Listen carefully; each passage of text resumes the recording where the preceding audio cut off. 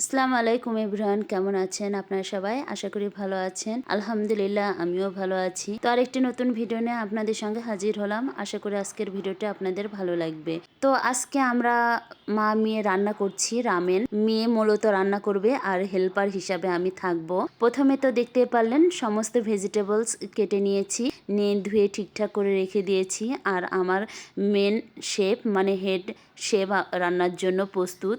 তো আমি ক্যামেরা ধরে থাকলাম আর আমার শেফ রান্না করছে।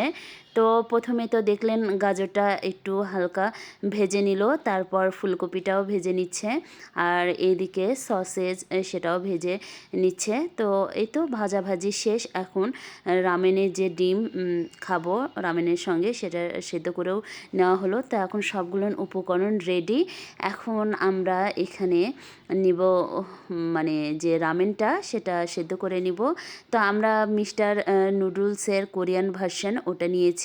তো এদিকে সেদ্ধ হতে থাক, আমরা গিয়ে চিকেন স্টেক বানাই। তো প্রথমে তো আমার হেড শেফ নিল হচ্ছে একটা মুরগির মাংসের পিস, মানে বুকের মাংসের পিসটা নিয়েছে।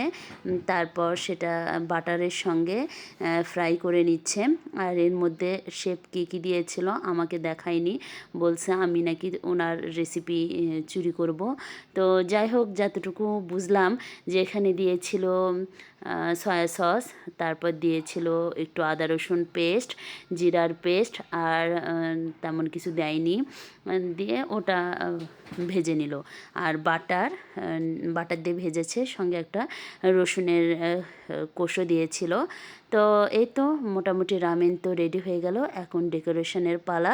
এতে তো রামেনটা আমার সেদ্ধও হয়ে গিয়েছিল, সেটা আমি আবার বাটিতে ঢেলে দিয়েছি, কারণ আমার শেফ তো আবার এগুলো পারে না, আমাকে এগুলো করতে হয়। এখন সাজানোর পালা আমার শেফের, সুন্দর করে মানে ডেকোরেশন করবে। তো এই তো শেফ আমার খুবই সুন্দর করে সাজাচ্ছে।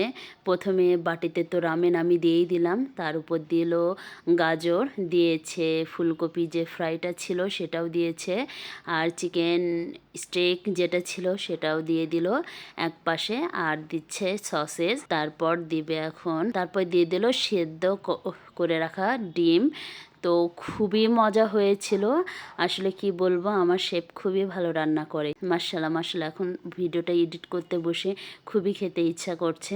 তো দেখি শেফকে একটু পটাতে হবে যেন আবারও রান্না করে খাওয়ার কি। তো এই তো রান্না টান্না শেষ, এখন ছবি তোলার পালা। সবাই ভালো থাকবেন। আমার শেফ তো এখন ছবিও তুলে নিচ্ছে। আপনারা আমার শেফের জন্য দোয়া করবেন। আজকের ভিডিও পর্যন্তই। আল্লাহ হাফেজ।